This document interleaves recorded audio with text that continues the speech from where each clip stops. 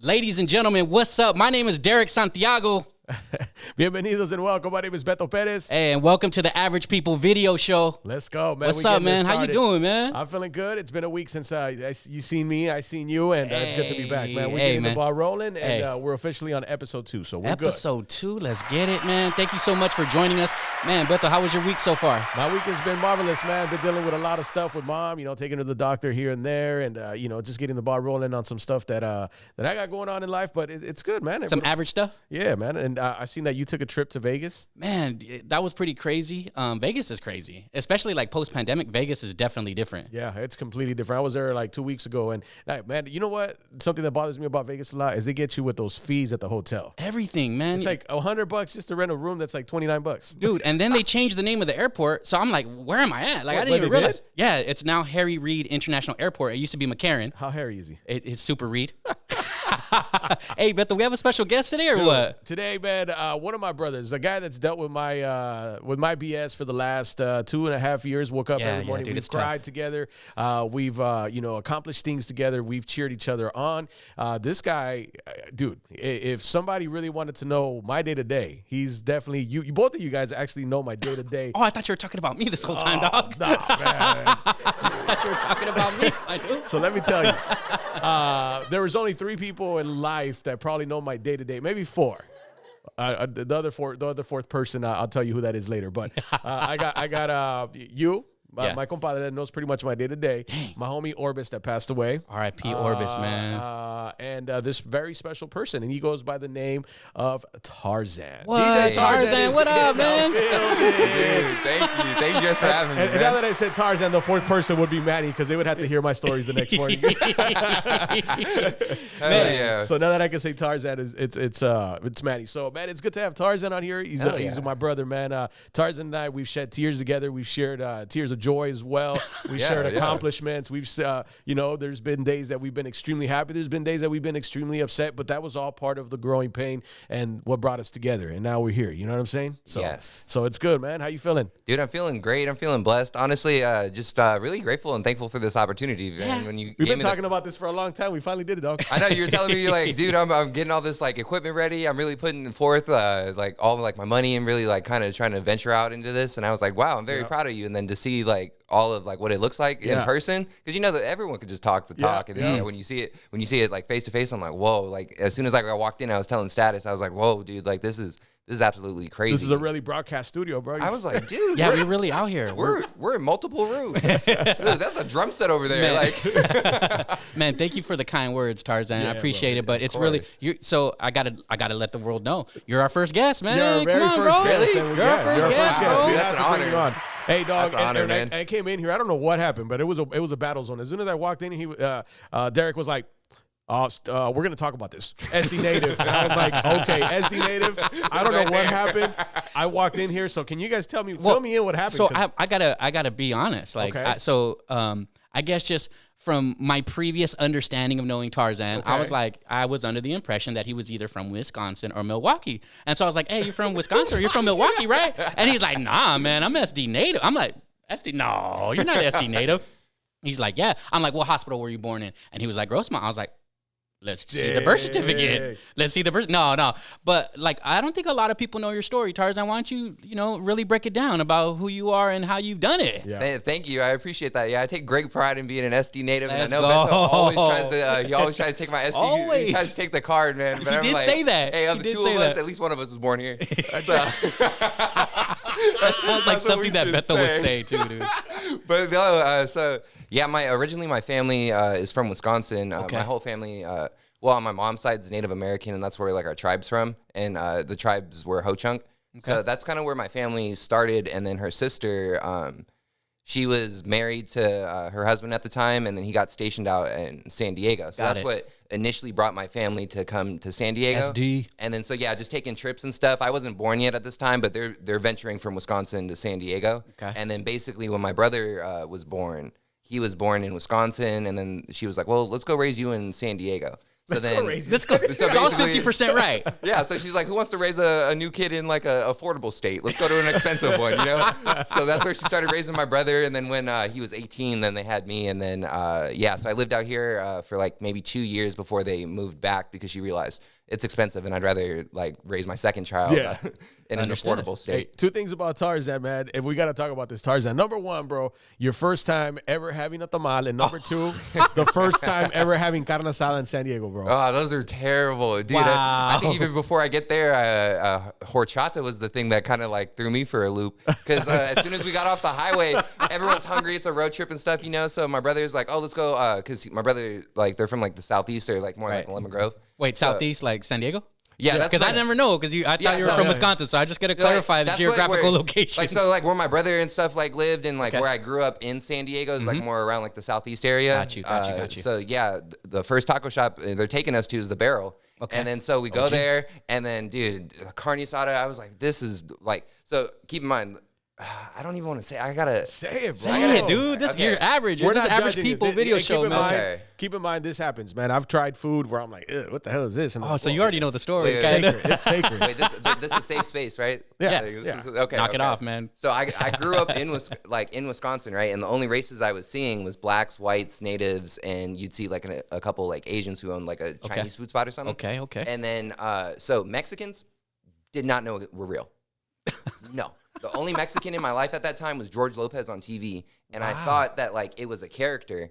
Because, you know, I don't even see palm trees. I don't see lowriders. Wow. I'm like, dude. Tell them the population so people can understand. So in the town that I grew up in, Wisconsin Dells, we looked it up. It was like 3,500 or something like that. Keep in mind. There's 3,500 at this place right now in this community, like within a 5-mile radius. Insane. But it's crazy because, like, during the summer, it's known as, like, the water park capital of the world. So, like, it's like, you know how, like, here in San Diego, we got the mile of cars? It's like the mile of water parks. It's just water park. And they're big ones, like, huge. Dang. So, during the summer, it gets, like, really popping and stuff. Like, so, what happened with the carne asada? Yeah, so you get off the freeway. So, we're getting, keep in mind, Mexican food to me was just Taco Bell.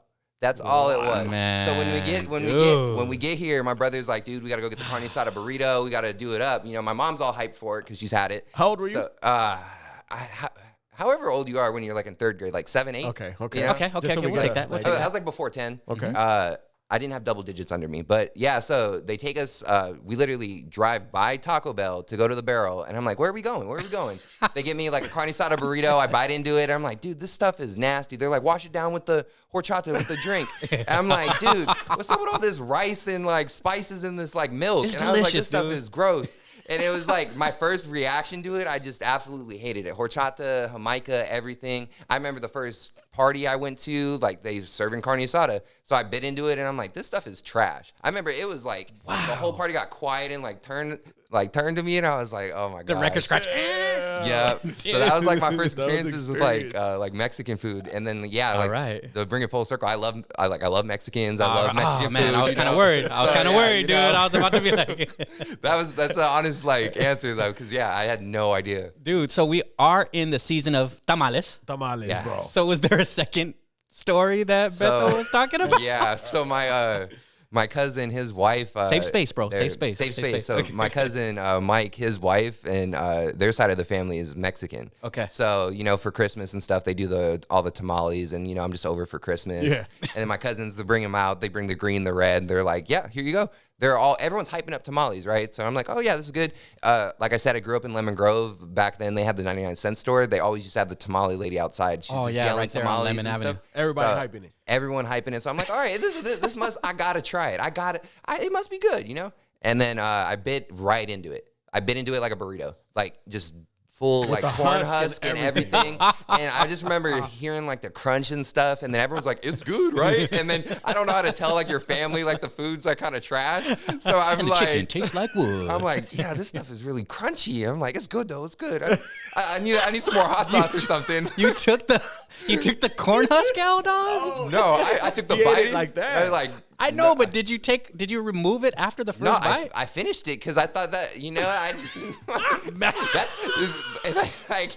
so being Native American, I was just raised like, finish the plate. So my mom was on that or my dad. So yeah, I finished the plate on that one. And then, like telling the story to like my Mexican friends that years later, they're like, why did you eat the whole thing? Like, like your mouth wasn't bleeding or anything? I was like, I did. You got to like like some like splinters or whatever. Tarzan, you being native, bro, what are some of the traditions you keep alive like on your day to day? I think one thing is just the way I like kind of conduct myself, whether it's talking to like older people, because when you're native, there's a big emphasis on like community and family and stuff. Yeah. And like, just for example, like, so your brother, God forbid anything happened to your father, your brother technically in native way becomes your father. So it's like everyone kind of, you always have a parent around and stuff. So when you're like growing up, you're just always having like a high respect for your elders, and no matter, as long as they're older than you. And then, so that's one thing, is like always keeping a high respect for anyone who's older than me. And then always just like picking up the wisdom where I can. And then like, I always use like little languages, like little words from the language. I don't speak fluent or anything, but like my mom, like, the word for mom is Nani, so I call her Nani. I've never called her mom or anything like that. That's dope. My dogs, like when I tell them to sit, like I just tell them to like, you know, Manungade, it just means sit. Or Manungade, so it means to sit. Or like technically more so lay down, but I taught them it as sit. So I'm kind of wrong on that. But yeah, or like even when they eat, it's like waduch. So like even like my mom, when she comes home, she's always like making fry bread and stuff like that. So yeah, it's been a couple years since I've been out to the powwows here in San Diego, but yeah, even trying to like go out to the powwows. I mean, like the clinic I go to is a native clinic and stuff like that. That's dope, man. That's dope. I always tell people like, cause when coming from like a small town, you know, it's just like native, like people don't really care, but out here it became like kind of like a social status. And then like, it was just kind of like weird. So I would always ask people, I'm like, you got a tribal ID? You check them, dog. You check them, but that's honestly like just growing up. That's kind of like an ignorant kind of like joke that I've kind of like abandoned, just because like there are some tribes that don't have the funding to create a tribal ID. So I don't want to discredit someone's bloodline. So the tribe, and just on this, and we'll transition. But the tribe that you're from is back from Wisconsin. Okay, yeah. But there's a big native community here in San Diego. So I was just curious to know. Yeah, so you have the Kumeyaay out here, and then like my family's like worked like with Saquon. Like when my mom like lived out here, she worked for Saquon for like 20 years and stuff like that. And then, so yeah, I used to go to like their clinics and stuff like that when she was an employee. But shout out to the Kumeyays, bro. They don't realize how far that goes. It goes way deep north in San Diego, and it goes into Mexico. Yeah. It goes into like, I think Rosarito, Ensenada. Man, there was no borders back then. So they were just, you know, it's just lands. There's a crazy story about my tribe, is because I guess in our history, the way it's documented is we've left mounds. So like all scattered around like Wisconsin, it'll be like a mound of like grass, but it's in the shape of a human or something like that. Oh, that's dope. And they leave like these like, I guess you could call it like the Nazca lines in Peru, but just grass. But yeah, but however you do it, and like you could drive over the like they have to build roads over them and stuff now. But like that's so disrespectful. Yeah, it that's a whole like another thing. Yeah, man, that's like disrespectful. But, hey, but like, if you follow, never knew this about Tarzan, dude, at all. What do you mean? That he ate a corn husk or? And like, you know, his like the stuff that he's talking about the tribe, and how like, you know, how they have like their own like way to recognize their lands, and how they put it down, sort of put their flag in the ground, so to speak, you know? Yeah, that was one way of the marking, and so that's how they had tracked the history, is like those mounds go all the way down into like deep Mexico. So they were like so my tribe now is like Ho-Chunk, but whatever, they were back like, you know, when mammoths or stuff are walking around, they probably had like started more southern, you know? We going back in the days, man. They were indigenous. But yeah, dude, like the being Native American is just such a big part of like my identity and like who I was as I was like raised. You know, my father's African American, and so we grew up on like tribal land, and there's like this, I don't know if you call it like a stigma or whatever, but like at least for my tribe, it's like women raise women, men raise men type of thing. Dang, that's interesting. So with my father being like African American, he wasn't really had like the knowledge to teach me like the ways of Native American. Right. So as a like young boy, me and my dad are learning the ways together and stuff like that. And he wanted to do that. So like for like the sake of my mom and stuff like that. So I was like, that's a lot of times why I like identify with my Native thing, or like how long have your parents been together? All my life. So yeah, I think they're literally together because of me. I probably was the bro, and they're like starter, but they're so happy together, man. They're always dope, like, man. Dad's always got some good, cool stories. Mom's very sweet and nice, man. It's crazy. Yeah, my dad's a goober. It's crazy funny to see Tarzan, because Tarzan's way younger than me. I don't know, how like 10 years younger than me, or Tarzan? Yeah. And the Tarzan was we'll like give the it dad. 9 because I just when we did a morning show together, he was like the dad of the morning show, bro. He's the one that kept it together. He He was the dad of the morning show. Dude. Yeah, age is but a number, man. Yeah, You just kind of put it together, man. I got that old soul, you know. That's cool. That's dope. That's dope, man. Tarzan would be the first one to show up. It'd be the last one to leave. Yeah. Sounds accurate. Yeah, Sounds accurate. I'm a morning person though, so that you would always like kind of like beat yourself up, like, man, dude, this stuff is hard. Like, how are you doing it? I'm like, dude, I was built for this. Like, for like school and stuff, I'd wake up at like 5 a.m. on like a Saturday, Ready to go doing push-ups. And Yeah, I'm like, you know, I'm ready, man. If it wasn't for my kids going to school, I wouldn't be waking up in the morning, bro. So, you know, Derrick and I went to go check out Dave Chappelle, Chris Rock, and super dope. Super dope. Something that's been stuck in my head for the last couple of days since we went to go watch this show has been a musical journey between these folks that have been got in trouble. Got in trouble. Kind of got in trouble. Yeah, right? yeah. Being, you know, R. Kelly. We all know his story. Dang, yeah. Michael Jackson. We know his story. Yeah. And, you know, there's tons of other artists. A slew of others. Yeah. A lot of people. We're not, you know, but other folks on there. But, you know, they were talking about like, well, why is it that we can't play R. Kelly music? And as a DJ, Tarzan, you know, me being a DJ, when we play, let's say, Step in the Name of Love, people always give us that crazy look.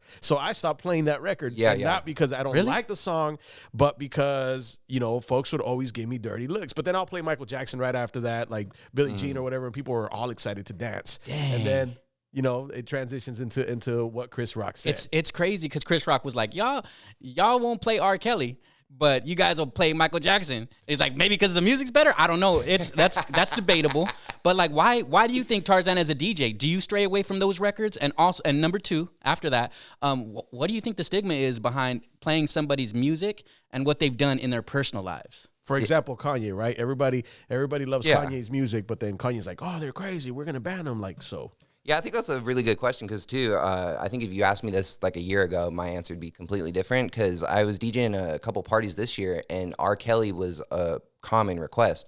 And since the whole like trial and everything, I had personally stopped like playing his music. Yeah. Just because it's just the way I felt when I'd see the name, like even like searching it up in my Serato and stuff. It just didn't sit right with like my viewpoints and stuff like that. It's still good music. Yeah. That's what's hard about it. You know, I'm not denying that, but it just for that, it didn't do it. So I was like, all right, I'm not playing it. Easy call. And then, when it started to get requested, I was like, you know what? It's my job as a DJ to kind of help facilitate the night. So, like, if I'm sitting here, like, trying to, like, you know, judge a person based on their life and what they've done in this, but the party is wanting that, I just feel like that's not my place to kind of do that. So it's like if the audience is looking to do that or if that song makes sense for that moment, I go ahead and do it because, I took that first request and then the entire party was singing and dancing. So it's kind of like being a vegan chef and having to cook steaks for the whole party. Exactly.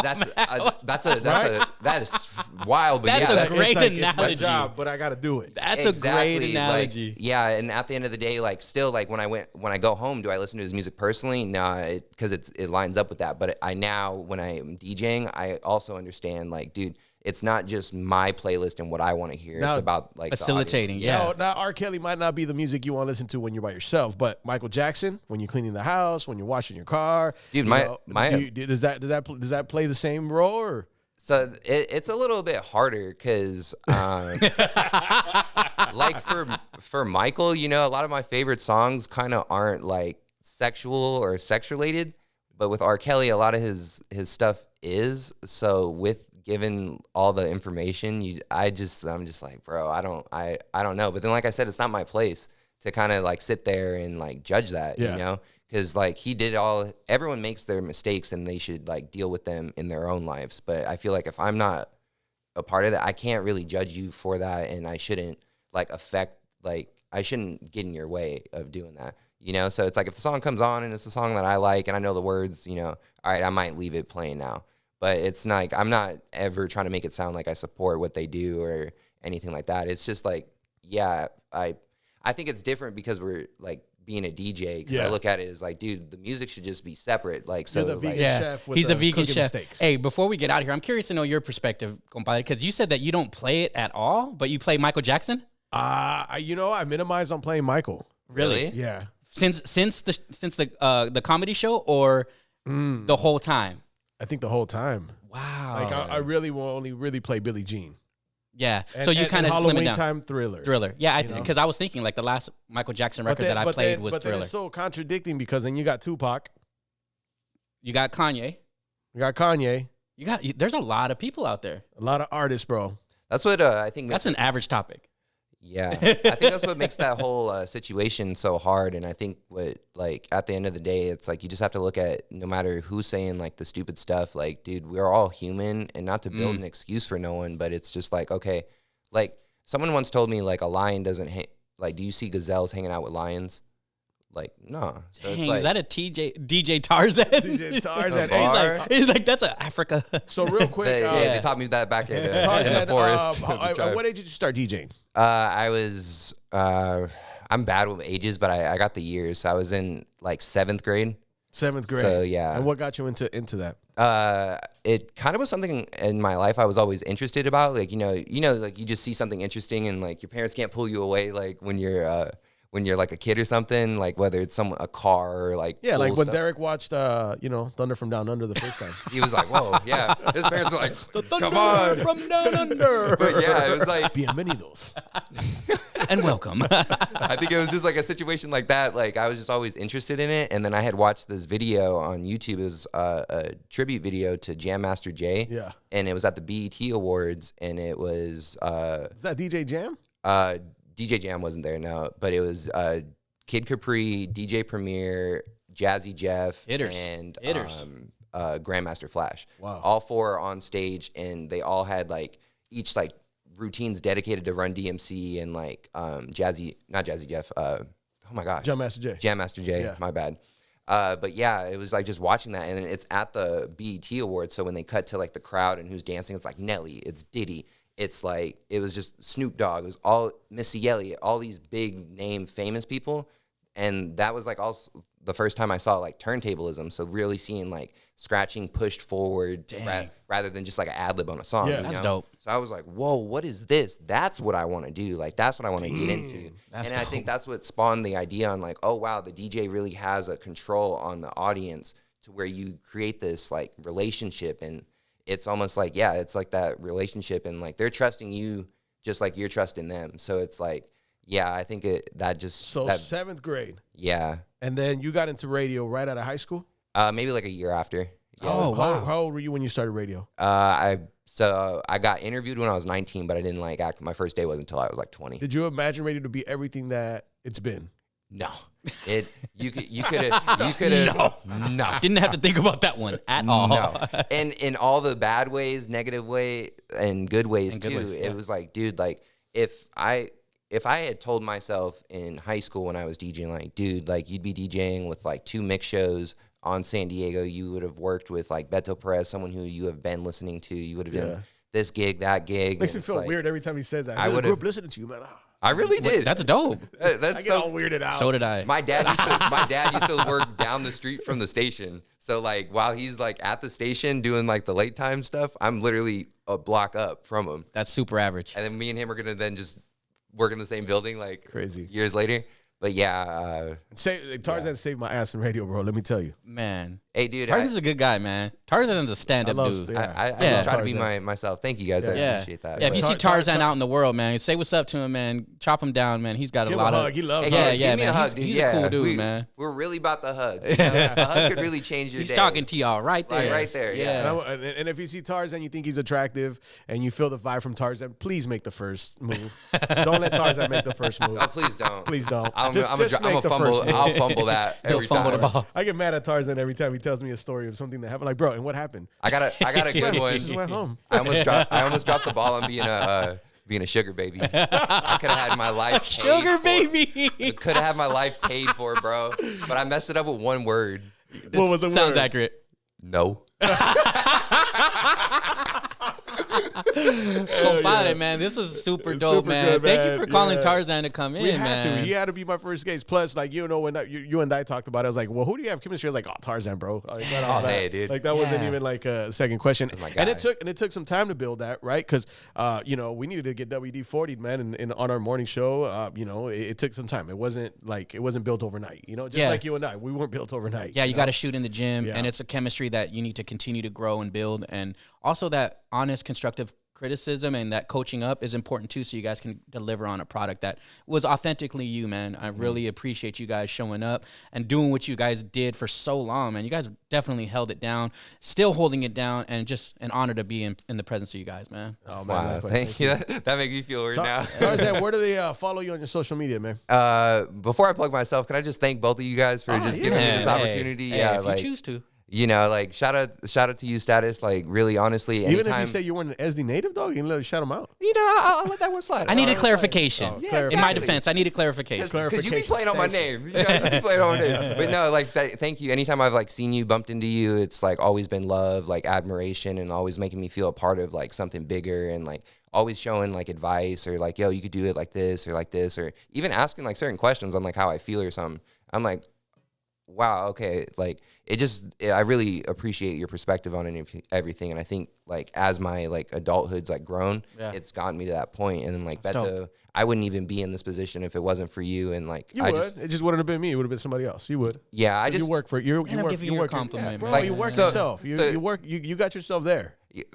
I thank you for giving me the opportunity to like bust my ass. That's dope. You got that opportunity, and I appreciate that because like you don't trust a lot of people. Hell so no. Like the fact that you trusted me to like help you, and we were able to like build what we did, and like are able to grow from that. It's like I'm forever like grateful and thankful to you. And like I said, like growing up listening to you, I wouldn't have like just tell him thank you, man. Just tell him thank you, dog. That's it. Thank you. Thank you. And compadre doesn't know how to receive compliments, man, or like kudos.